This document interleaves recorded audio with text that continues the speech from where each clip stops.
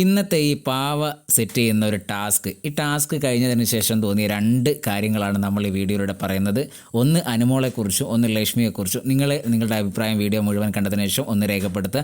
നമുക്കറിയാം, ഒരു കിച്ചണിലേക്ക് അനുമോൾ വന്നിട്ടുണ്ട്. ആ കിച്ചണിൽ അന്നൊരു വഴക്കുറപ്പ്, ഒരു കരച്ചിൽ പ്രശ്നങ്ങളൊക്കെ അന്ന് നിർബന്ധം. അതേപോലെ തന്നെ ഒരു ഫിസിക്കലി പരമായിട്ട് കുറച്ച് പ്രയാസപ്പെടേണ്ട ഒരു ഗെയിമാണെങ്കിലും അതിൻ്റെ ഉള്ളിലൊക്കെ കയറി മറിഞ്ഞ് അനുമോൾ മാക്സിമം ശ്രമിക്കും. പക്ഷേ എന്താ, ഒരു കരച്ചിലും ഒരു ഡ്രാമ പോലത്തെ ഒരു സാധനമൊക്കെ അവിടെ അനുമോളാണ് ക്രിയേറ്റ് ചെയ്യും. ഇന്ന് ഈ ടാസ്കിൽ അങ്ങനെ തന്നെയാണ് കാണാൻ കഴിഞ്ഞത്. ഒരുപാട് പ്രേക്ഷകർ അതിൻ്റെ താഴെ കമൻറ്റ് ചെയ്യുന്നുണ്ട്, അനുമോൾ ചീപ്പ് ഡ്രാമയാണ് കളിക്കുന്നതെന്നൊക്കെ പറഞ്ഞു. അനുമോൾക്ക് അത് അത്രത്തോളം കളക്ട് ചെയ്യാൻ പറ്റില്ല പാവേൻ്റെ. അതിൻ്റെ ഒന്ന് കരഞ്ഞു മെഴുകിയെന്നാണ് എനിക്ക് തോന്നുന്നത്.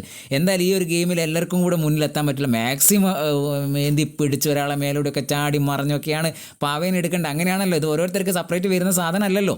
അപ്പോൾ അതിലൊക്കെ അതിൽ കുറച്ചൊക്കെ ദേഹത്തൊക്കെ പോകും. പക്ഷേ അനുമോളാണ് കുറച്ച് സീൻ ക്രിയേറ്റ് ചെയ്തു. അതേപോലെ തന്നെ ലക്ഷ്മി തൻ്റേതല്ലാത്ത കാരണത്തിന് ഓവറായിട്ട് റിയാക്ട് ചെയ്യുന്നത്. ഒനിലിൻ്റെ കാര്യത്തിലും ഇത് തന്നെയാണ് ലക്ഷ്മിക്ക് പറ്റിയത്.